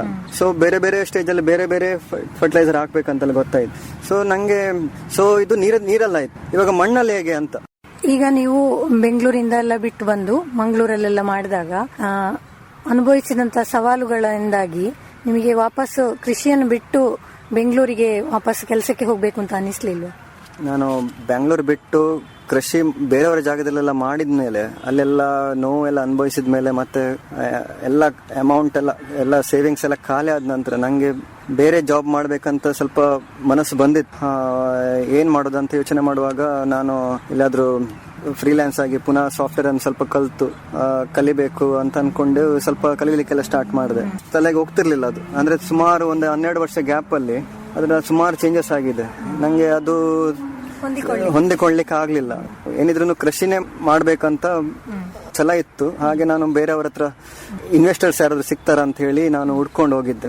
ಒಬ್ರು ಕೆಲವರು ಅಕೌಂಟೆಂಟ್ ಹತ್ರ ಮತ್ತೆ ಕೆಲವು ಇಂಡಸ್ಟ್ರಿಯಲಿಸ್ಟ್ ಹತ್ರ ನಾನು ನನ್ನ ಪ್ಲಾನ್ಸ್ ಎಲ್ಲ ಹೇಳ್ತಿದ್ದೆ. ಹೀಗೆ ಮಂಗಳೂರಿಗೆ ಇಷ್ಟೊಂದು ಸೊಪ್ಪು ಇದು ಡಿಮಾಂಡ್ ಉಂಟು, ಇಷ್ಟು ಸೊಪ್ಪನ್ನು ನಾವು ಮಾಡ್ಬೇಕಾದ್ರೆ ಇಷ್ಟು ಜಾಗ ಬೇಕು, ಇಷ್ಟು ಇನ್ವೆಸ್ಟ್ಮೆಂಟ್ ಬೇಕು ಅಂತ ಹೇಳಿ ನಾನು ಕೆಲವ್ರ ಹತ್ರ ಎಲ್ಲ ಹೋಗ್ತಿದ್ದೆ. ಆದ್ರೆ ಒಂದೇ ಚಾಲೆಂಜಸ್ ಏನಿತ್ತು ಅಂತ ಹೇಳಿದ್ರೆ ಆರ್ಗ್ಯಾನಿಕ್ ಗೆ ಇನ್ವೆಸ್ಟರ್ಸ್ ಸಿಗ್ತಿರ್ಲಿಲ್ಲ. ಅದೇ ಹೈಡ್ರೋಫೋನಿಕ್ಸ್ ಆಗ್ಲಿ ಫರ್ಟಿಲೈಸರ್ ಹಾಕಿ ಬೆಳೆಸೋದಕ್ಕೆಲ್ಲ ಇನ್ವೆಸ್ಟರ್ ಸಿಗ್ತಾರೆ. ಯಾಕಂತ ಹೇಳಿದ್ರೆ ಅಲ್ಲಿ ಪ್ರೆಡಿಕ್ಟಬಿಲಿಟಿ ಉಂಟು. ಎಷ್ಟು ಗೊಬ್ಬರ ಹಾಕಿದ್ರೆ ಎಷ್ಟು ಬರ್ತದೆ, ಎಷ್ಟು ಫರ್ಟಿಲೈಸರ್ ಹೊಡೆದ್ರು ಪೆಸ್ಟಿಸೈಡ್ ಹೊಡೆದ್ರು ನಮ್ಗೆ ಔಟ್ಪುಟ್ ತೆಗೆದು ಎಷ್ಟು ಬರುತ್ತೆ ಅಂತ ನಮ್ಗೆ ಒಂದು ಖಾತ್ರಿ ಇರ್ತದೆ. ಒಂದು 10% ಲಾಸ್ ಇರ್ಬೋದು. ಆದ್ರೆ ಆರ್ಗ್ಯಾನಿಕ್ ಅಲ್ಲಿ ಆಗಲ್ಲ, ಇನ್ವೆಸ್ಟರ್ಸೇ ಇರಲ್ಲ. ಏನಿದ್ರು ನಮ್ಮ ಸೇವಿಂಗ್ಸ್ ಇದ್ರೆ ಮಾತ್ರ ನಾವು ಕೃಷಿಗೆ ಹೋಗ್ಬೋದು ಆರ್ಗ್ಯಾನಿಕ್ ಫಾರ್ಮಿಂಗ್ ಮಾಡ್ಲಿಕ್ಕೆ. ಆದ್ರೆ ಬೇರೆ ಕಡೆಯಿಂದ ಇನ್ವೆಸ್ಟರ್ ಸಿಗ್ತಿರ್ಲಿಲ್ಲ. ಮತ್ತೆ ನಂಗೆ ಹೇಗೋ ಒಬ್ರು ನಂಗೆ ಪರಿಚಯದವರು ನಂಗೆ ಸ್ವಲ್ಪ ಸಾಲ ಕೊಟ್ಟು ನಾನೊಂದು ಮನೆ ಹಿಂದ್ಗಡೆ ಒಂದು 1000 ಸ್ಕ್ವೇರ್ ಫೀಟ್ ಅಲ್ಲಿ ಪಾಲಿ ಹೌಸ್ ಅನ್ನು ಮಾಡಿ, ಯಾಕಂದ್ರೆ ಮಂಗಳೂರಿಗೆ ಪಾಲಿ ಹೌಸ್ ಬೇಕಾಗ್ತದೆ. ಸಬ್ಸಿಡಿ ಕೊಡುವ ಪಾಲಿ ಹೌಸ್ ಅಲ್ಲ, ನಿಮ್ಗೆ ಬ್ಯಾಂಗ್ಳೂರಿಂದ ಸಬ್ಸಿಡಿ ಎಲ್ಲ ಬೇಕಂತ ಹೇಳಿ ಸ್ವಂತ ಅಗ್ರಿಕಲ್ಚರ್ ಲ್ಯಾಂಡ್ ಇರಬೇಕು. ನಮ್ಮ ಸಿಟಿಯಲ್ಲಿ ಅಗ್ರಿಕಲ್ಚರ್ ಲ್ಯಾಂಡ್ ಇಲ್ಲ, ನಮ್ದು ಮನೆ ಇದಲ್ಲ, ರೆಸಿಡೆನ್ಷಿಯಲ್ ಅಲ್ಲ, ಕಮರ್ಷಿಯಲ್ ಅಲ್ಲ. ಸೊ ನಮ್ದು ಯಾವುದೇ ಸಬ್ಸಿಡಿ ಇಲ್ಲ, ಎಂಥದಿಲ್ಲ. ಸೊ ನಾನೇನ್ ಮಾಡಿದೆ, ಏನಿದ್ರು ಅದು ಸಹ ಕೊರೋನಾವಾಗಿ ಒಂದೆರಡು ವರ್ಷ ಆದದಷ್ಟೇ. ಆವಾಗ ಸ್ಟೀಲ್ ರೇಟ್ ಎಲ್ಲ ಜಾಸ್ತಿ ಇತ್ತು. ಆದ್ರೂ ಸ್ವಲ್ಪ ನಾನು ಪಾಲಿ ಹೌಸ್ ಮಾಡ್ಲಿಕ್ಕೆ ಇನ್ವೆಸ್ಟ್ ಮಾಡಿದೆ. ಖರ್ಚು ಸ್ವಲ್ಪ ಜಾಸ್ತಿನೇ ಆಯ್ತು. ಪೆಟ್ರೋಲಿಯಂ ಪ್ರಾಡಕ್ಟ್ ಎಲ್ಲ ಜಾಸ್ತಿ ಇತ್ತು, ಅದಕ್ಕೆ ಬೇಕಾಗಿರುವ ಪೇಂಟಿಂಗ್ ಇಂದ ಹಿಡಿದು ಪಾಲಿಫಿಲಮಿಗೆ ಬೇಕಾಗುವ ಶೀಟ್ ಎಲ್ಲ ಕಾಸ್ಟ್ ಇತ್ತು, ಜಾಸ್ತಿ ಆಯ್ತು ಕಾಸ್ಟ್. ಅದನ್ನು ಪಾಲಿ ಹೌಸ್ ಅನ್ನು ರೆಡಿ ಮಾಡಿದೆ. ಮತ್ತೆ ನಂಗೆ ಏನ್ ಮಾಡ್ಬೇಕಂತ ಹೇಳಿದ್ರೆ, ಬೇರೆ ನಂಗೆ 1000 ಸ್ಕ್ವೇರ್ ಫೀಟ್ ಅಲ್ಲಿ ಸಾಕಾಗುದಿಲ್ಲ ಉತ್ಪತ್ತಿ. ಏನಾದ್ರೂ ಬೆಳೆಸಬೇಕಾದ್ರೆ ಅಥವಾ ಪಾಲಕ್ ಬೆಳೆಸಬೇಕಾದ್ರೆ ಅಥವಾ ಸೊಪ್ಪು ಬೆಳೆಸಬೇಕಾದ್ರೆ ನಂಗೆ ಅದರಿಂದ ಔಟ್ಪುಟ್ ಏನ್ ಮಾರ್ತೀನಲ್ಲ ಅದಕ್ಕೆ ಸಾಕಾಗುದಿಲ್ಲ. ನಂಗೆ ಏನಿದ್ರು ಸ್ವಲ್ಪ ಜಾಸ್ತಿ ಬೆಳೆಸಬೇಕು. ಜಾಸ್ತಿ ಬೆಳೆಸೋದು ಹೇಗಂತ ಯೋಚನೆ ಮಾಡುವಾಗ ನಂಗೆ ವರ್ಟಿಕಲ್ ಬೆಳೆಸಬೇಕಂತ ಆಲೋಚನೆ ಆಯ್ತು. ಈಗ ವರ್ಟಿಕಲ್ ಆಗಿ ಸೊಪ್ಪು ತರಕಾರಿಯನ್ನು ನಾನು ಇವಾಗ ಬೆಳೆಸ್ತಾ ಇದ್ದೀನಿ. ಈಗ ನೀವು ಈ ಎಲ್ಲಾ ಸವಾಲುಗಳನ್ನು ಮೆಟ್ಟಿ ನಿಂತು ಈಗ ಹೇಗೆ ಲಾಭ ಗಳಿಸ್ತಾ ಇದ್ದೀರಾ? ಹೇಗೆ ಇವಾಗ 1000 ಸ್ಕ್ವೇರ್ ಫೀಟ್ ಅಲ್ಲಿ ಪಾಲಕ್ ಬೆಳೆಸಿದ್ರೆ ಇದ್ರಲ್ಲಿ ಏನಾಗ್ತದೆ ಅಂತ ಹೇಳಿದ್ರೆ, ನಮ್ದು ಟೈಮ್, ಬೀಜ, ಗೊಬ್ಬರ ಎಲ್ಲ ಹಾಕುವಾಗ ನಮ್ಗೆ 1000 ಸ್ಕ್ವೇರ್ ಫೀಟ್ ಅಲ್ಲಿ ಆದಾಯ ಅಷ್ಟು ಬರುದಿಲ್ಲ. ಯಾಕಂತ ಹೇಳಿದ್ರೆ ಡಿಮಾಂಡ್ ಇರೋದು 1 ಎಕರೆ ಬೆಳೆಸುವ ಟೈಮ್ ಕೊಡೋದು. ನಾನು ಇವಾಗ 1000 ಸ್ಕ್ವೇರ್ ಫೀಟ್ ಗೆ ಕೊಡುವ ಟೈಮ್ ಒಂದು ದಿನಕ್ಕೆ 4 ಗಂಟೆ ಇದ್ರೆ, ಅದೇ ನಾನು 1000 ಜಾಗದಲ್ಲಿ ಒಂದು 1/4 ಎಕರೆ ಜಾಗ ಇದ್ರೆ ಅಲ್ಲಿ ಸಹ ನಾನು ಕೊಡೋದೇ ಟೈಮ್ 4 ಗಂಟೆನೆ. ಅಲ್ಲಿ ಮಾತ್ರ ಔಟ್ಪುಟ್ ನಂಗೆ ಜಾಸ್ತಿ ಸಿಗ್ತದೆ, ಇಲ್ಲಿ ಕಮ್ಮಿ ಔಟ್ಪುಟ್. ಮತ್ತೆ ನಂಗೆ ಡಿಮಾಂಡ್ ನಂದು ಇವಾಗ 1000 ಸ್ಕ್ವೇರ್ ಫೀಟ್ ಅಲ್ಲಿ ನಂಗೆ ಬರೀ 50 ಕಟ್ಟು ಮಾತ್ರ ಪಾಲಕ್ ಬೆಳೆಸಲಿಕ್ಕೆ ಸಾಧ್ಯವಾಗಿದೆ. ಆದ್ರೆ ದಿನಕ್ಕೆ 50 ಕಟ್ಟು ಪಾಲಕ್ ಬೇಕು. ನಂಗೆ ಇಲ್ಲಿ ವಾರಕ್ಕೆ ಮಾತ್ರ 50 ಕಟ್ಟು ಮಾತ್ರ ಸಿಗ್ತಾ ಉಂಟು. ಸವಾಲಿದೆ. ಆದ್ರೆ ಇದು ನಾನು ಮಾಡಿದ ಸಣ್ಣ ಮಟ್ಟಿಗೆ ಮಾಡಿರೋದು ಯಾವ್ದಕ್ಕೋಸ್ಕರ ಅಂತ ಹೇಳಿದ್ರೆ, ನಂಗೆ ಇದನ್ನು ನೋಡಿ ಯಾರಾದ್ರೂ ಇನ್ವೆಸ್ಟರ್ ಸಿಗ್ತಾರ ಅಂತ ಹುಡ್ಕೊಂಡು ಅದಕ್ಕೋಸ್ಕರ ನಾನು ಇದನ್ನು ಮಾಡಿರೋದು. ಆರ್ಗ್ಯಾನಿಕ್ ಅಲ್ಲಿ ಚಾಲೆಂಜಸ್ ಉಂಟು ಇದರಲ್ಲಿ. ನಾನು ಇದರಲ್ಲಿ ವರ್ಟಿಕಲ್ ಆಗಿ ಆರ್ಗ್ಯಾನಿಕ್ ಆಗಿ ಬೆಳೆಸುವಾಗ ಉಂಟಲ್ಲ, ಅಂದ್ರೆ ಇದು ಸೆಮಿ ಹೈಡ್ರೋಫೋನಿಕ್ಸ್, ಅಂದ್ರೆ ನೀರನ್ನು ಸರ್ಕ್ಯುಲೇಷನ್ ಇರ್ತದೆ. ಹೈಡ್ರೋಫೋನಿಕ್ಸ್ ಅಲ್ಲಿ ವಿಷಯ ಏನಂತ ಹೇಳಿದ್ರೆ ಸರ್ಕ್ಯುಲೇಷನ್ ಆಗಿರ್ತದೆ, ನೀರು ವೇಸ್ಟ್ ಆಗುದಿಲ್ಲ. ನೀರು ಇದು ನನ್ನ ಸಿಸ್ಟಮ್, ಬಳಸನೆ ನೀರನ್ನು ನಾವು ರೀಸರ್ಕ್ಯುಲೇಟ್ ಮಾಡ್ತೀವಿ. ಇದರಲ್ಲಿ ನನ್ನ ವರ್ಟಿಕಲ್ ಸಿಸ್ಟಮ್ ಅಲ್ಲಿ ಸಹ ಹಾಗೇನೆ ಆರ್ಗ್ಯಾನಿಕ್ ಆಗಿದ್ರು ಸಹ ವಾಟರ್ ಕಂಟಿನ್ಯೂಸ್ ಆಗಿ ರನ್ನಿಂಗ್ ಅಲ್ಲೇ ಇರ್ತದೆ, ಮತ್ತೆ ರೀಸೈಕಲ್ ಆಗ್ತಾ ಇರ್ತದೆ. ಏನಾದ್ರೂ ಪಂಪ್ ಎಲ್ಲ ನಾನು ಯೂಸ್ ಮಾಡ್ಬೇಕಾಗ್ತದೆ. ಪಾಲಿ ಹೌಸ್ ತರ ಮಾಡಿ ಪಂಪ್ ಎಲ್ಲ ಬೆಳೆಸುವಾಗ ಇಟ್ಟಿದ್ದೀನಿ. ಸೊ ಇದರಲ್ಲಿ ಚಾಲೆಂಜಸ್ ಏನು ಅಂತ ಹೇಳಿದ್ರೆ, ಎಲೆಕ್ಟ್ರಿಕಲ್ ಡಿಪಾರ್ಟ್ಮೆಂಟ್ ಅವ್ರು ಕೇಳ್ತಾರೆ, ಇದು ಸಪರೇಟ್ ಎಂಟಿಟಿ ನಿಮ್ದು, ಇದಕ್ಕೆ ಮೀಟರ್ ಇಡಬೇಕು ಎಲ್ಲ ಹೇಳ್ತಾರೆ. ಸೊ ನಾನು ಇದನ್ನು ಬರೋದಿಲ್ಲ. ಸೊ ಕಮರ್ಷಿಯಲ್, ರೆಸಿಡೆನ್ಷಿಯಲ್ ಎಲ್ಲ ಇದೆ ಅಂತ. ಸೊ ಅದನ್ನ ನಾನು ಏನ್ ಮಾಡ್ಬೇಕು, ಸ್ವಲ್ಪ ಪಂಪ್ ಅನ್ನು ಇಟ್ಟು ಬೆಳೆಸಬೇಕಾಗ್ತದೆ. ಸೆಕೆಂಡ್, ಇಂಥ ಸವಾಲು ಸಹ ಉಂಟು ಕೃಷಿ ಮಾಡಬೇಕಾದ್ರೆ.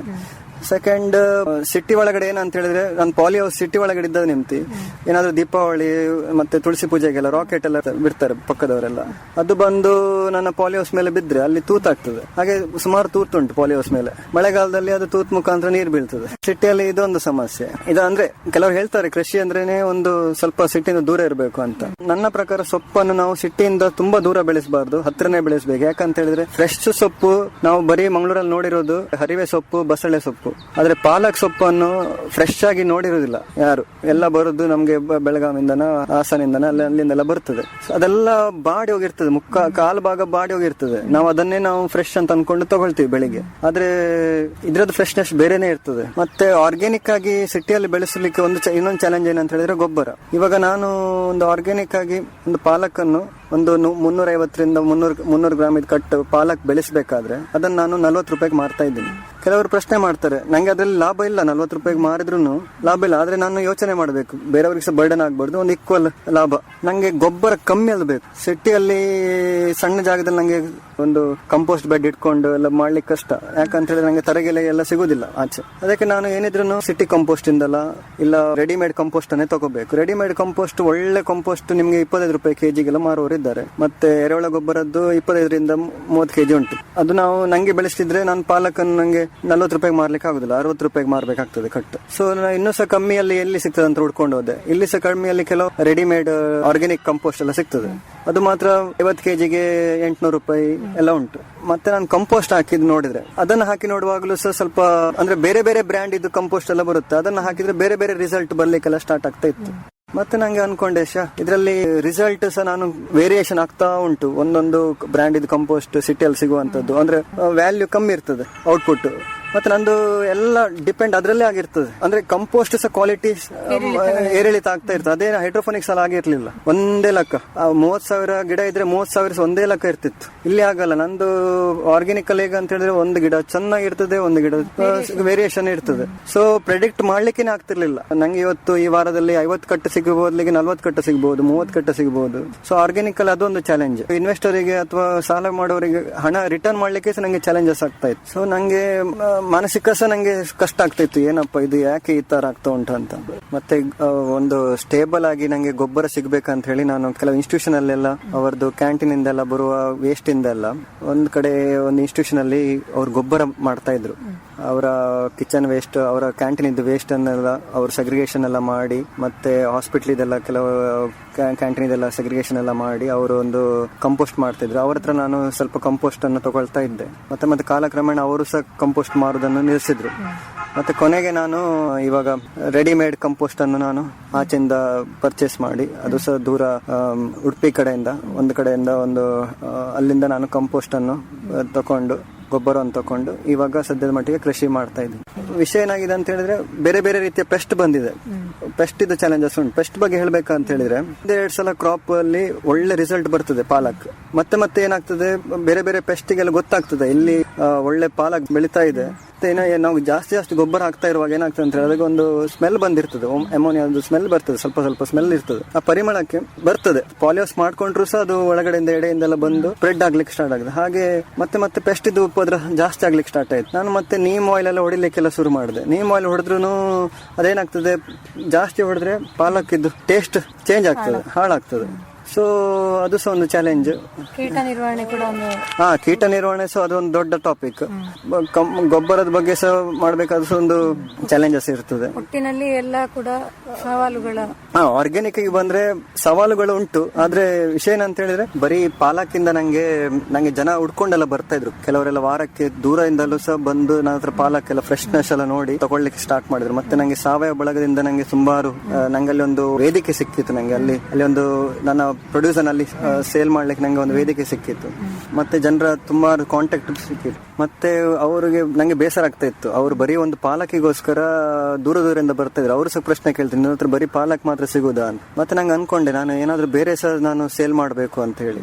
ನಾನು ಏನ್ ಮಾಡಿದೆ, ಬೇರೆ ರೈತ ಗ್ರೂಪ್ ಇರ್ತದೆ, ಬೇರೆ ಬೇರೆ ಸಾವಯವ ರೈತರ ಪರಿಚಯ ಎಲ್ಲ ಇತ್ತು. ನಾನೇನ್ ಮಾಡಿದೆ, ಅವರನ್ನೆಲ್ಲ ಕಾಂಟ್ಯಾಕ್ಟ್ ಮಾಡಿ ಅವ್ರು ನಂಗೆ ಏನ್ ಮಾಡಿದ್ರು, ವಾರದಲ್ಲಿ 1 ಸತಿ ಅಥವಾ 2 ಸತಿ ನಂಗೆ ಅವರ ಪ್ರೊಡ್ಯೂಸರ್ ಸಹ ನಂಗೆ ಬಸ್ಸಿನ ಮುಖಾಂತರ ಎಲ್ಲ ಕಳಿಸಿ, ನಾನೇನ್ ಮಾಡಿದೆ, ಒಂದು ವಾಟ್ಸ್ಆಪ್ ಗ್ರೂಪ್ ತರ ಮಾಡಿದೆ. ಮತ್ತೆ ವಾಟ್ಸ್ಆಪ್ ಗ್ರೂಪ್ ತರ ಮಾಡಿ ಒಂದು ಮಣ್ಣಗುಡ್ಡದಲ್ಲಿ ಮತ್ತೆ ಕೆಲವೊಮ್ಮೆ ಕದ್ರಿಯಲ್ಲೆಲ್ಲ ನಾನು ನನ್ನ 2 ವೀಲರ್ ಗಾಡಿಯಲ್ಲಿ ಬುಟ್ಟಿ ಇಟ್ಕೊಂಡೆಲ್ಲ ಸೇಲ್ ಮಾಡ್ಲಿಕ್ಕೆಲ್ಲ ಶುರು ಮಾಡಿದೆ. ಪಾಲಕ್ ಜೊತೆಗೆ ಬೇರೆ ತರಕಾರಿ ಸಹ ನಾನು ಸ್ವಲ್ಪ ಸೇಲ್ ಮಾಡ್ಲಿಕ್ಕೆಲ್ಲ ಶುರು ಮಾಡಿದೆ. ಸೊ ಅಲ್ಲಿವರೆಗೆ ಸ್ವಲ್ಪ ಆರ್ಥಿಕ ಅಲ್ಲಿ ಸಹ ನಂಗೆ ಸ್ವಲ್ಪ ಇನ್ಪುಟ್ಸ್ ಎಲ್ಲ ಬರ್ಲಿಕ್ಕೆ ಸ್ಟಾರ್ಟ್ ಆಯ್ತು. ಸದ್ಯದ ಮಟ್ಟಿಗೆ ನಂಗೆ ಜನರಿಗೆ ನಾನು ಒಂದು ಒಳ್ಳೆ ಶುದ್ಧವಾದ ಆಹಾರ ಕೊಡ್ಲಿಕ್ಕೆ ನನ್ನಿಂದ ಸಾಧ್ಯವಾಗಿದೆ. ತಾಜಾ ಮತ್ತೆ ರಾಸಾಯನ ಮುಕ್ತ ಸೊಪ್ಪು ತರಕಾರಿ ಕೊಡ್ಲಿಕ್ಕೆ ನಂಗೆ ಇವಾಗ ಸ್ವಲ್ಪ ಸಾಧ್ಯ ಆಗಿದೆ. ಸಂತೋಷನೂ ಆಗ್ತಾ ಇದೆ. ಇದುವರೆಗೆ ನಮ್ಮೊಂದಿಗೆ ಸೂರಜ್ ರಾವ್ ಅವರು ಅವರ ಸಾವಯವ ಕೃಷಿಯತ್ತ ಸಾಗಿ ಬಂದ ದಾರಿಗಳ ಬಗ್ಗೆ, ಅವುಗಳ ಸವಾಲುಗಳ ಬಗ್ಗೆ ನಮ್ಮ ಕೇಳುಗರೊಂದಿಗೆ ಹಂಚಿಕೊಂಡಿದ್ದಾರೆ. ನಿಮ್ಮ ಮುಂದಿನ ಕೃಷಿ ಪಯಣ ಚೆನ್ನಾಗಿ ಸಾಗ್ಲಿ ಅಂತ ನಮ್ಮೆಲ್ಲರ ಹಾರೈಕೆ. ನಮ್ಮ ಕಾರ್ಯಕ್ರಮದಲ್ಲಿ ಭಾಗವಹಿಸಿದ್ದಕ್ಕಾಗಿ ಧನ್ಯವಾದಗಳು. ನಮಸ್ಕಾರ. ಧನ್ಯವಾದಗಳು. ಇದುವರೆಗೆ ಸಾವಯವ ಕೃಷಿಯಲ್ಲಿ ರೈತರು ಎದುರಿಸುವ ಸವಾಲುಗಳ ಕುರಿತು ಮಂಗಳೂರಿನ ಯುವ ಕೃಷಿಕ ಸೂರಜ್ ರಾವ್ ಅವರೊಂದಿಗೆ ಸಂದರ್ಶನ ಕೇಳಿದಿರಿ. ಸಂದರ್ಶಿಸಿದವರು ಗಾಯತ್ರಿ ಎಂ.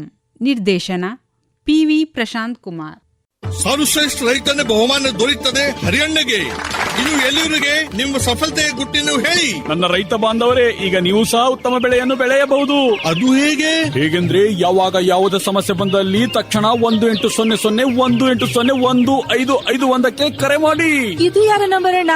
ರೈತರ ಕಾಲ್ ಸೆಂಟರ್ದು. ಇಲ್ಲಿ ಕೃಷಿಯ ಎಲ್ಲಾ ಸಮಸ್ಯೆಗಳಿಗೆ ವಿಶೇಷಜ್ಞರು ಉತ್ತರ ಹೇಳ್ತಾರೆ. ಅಲ್ಲಣ್ಣ, ವಿಶೇಷಜ್ಞರು ಅಲ್ಲಿ ಯಾವಾಗೂ ಕೂತಿರ್ತಾರೇನು? ಕೂತಿರ್ತಾರಣ್ಣ. ವರ್ಷದ 365 ದಿನಾಲೂ ಸಿಗ್ತಾರೆ. ಅದು ಸಹ ಬೆಳಗಿನ ಜಾವ 6ರಿಂದ ರಾತ್ರಿ 10 ಗಂಟೆವರೆಗೂ. ಆದ್ರಣ್ಣ, ಬಳತ್ತಿನವರೆಗೆ ಮಾತಾಡಿದ್ರೆ ದುಡ್ಡು ಹೆಚ್ಚತ್ತಲ್ವಾ? ಯಾವ ಖರ್ಚು ಇಲ್ಲ. ಮೊಬೈಲ್ ಅಥವಾ ಬೇರೆ ಫೋನ್ ನಿಂದ ರೈತರ ಕಾಲ್ ಸೆಂಟರ್ಗೆ ಉಚಿತವಾಗಿ ಕರೆ ಮಾಡಿ. ಸಲಹೆಗೂ ದುಡ್ಡಿಲ್ಲ. ನಿಜವಾಗ್ಲೂ. ರೈತ ಬಾಂಧವರೇ, ಕೃಷಿಯ ಸಮಸ್ಯೆಗಳಿಗಾಗಿ ನಿಮ್ಮ ಭಾಷೆಯಲ್ಲಿ ತಕ್ಷಣವೇ ಪರಿಹಾರವನ್ನು ಪಡೆಯಲು ಭಾರತಾದ್ಯಂತ ಯಾವುದೇ ಫೋನ್ ನಿಂದ ರಾಷ್ಟ್ರೀಯ ಹೆಲ್ಪ್ ಲೈನ್ ನಂಬರ್ 1-800-11800-1551 ಉಚಿತವಾಗಿ ಕರೆ ಮಾಡಿ. ರೈತರ ಗೆಳೆಯ, ರೈತರ ಕಾಲ್ ಸೆಂಟರ್. ಈ ಕಾರ್ಯಕ್ರಮದ ಪ್ರಾಯೋಜಕರು ಕೃಷಿ ಹಾಗೂ ರೈತ ಕಲ್ಯಾಣ ಸಚಿವಾಲಯ, ಭಾರತ ಸರ್ಕಾರ. ಇದು ಇಂದಿನ ಕಿಸಾನ್ವಾಣಿ ಕಾರ್ಯಕ್ರಮ. ಮುಂದಿನ ಕಾರ್ಯಕ್ರಮದಲ್ಲಿ ಮತ್ತೆ ನಿಮ್ಮ ಭೇಟಿ. ನಮಸ್ಕಾರ.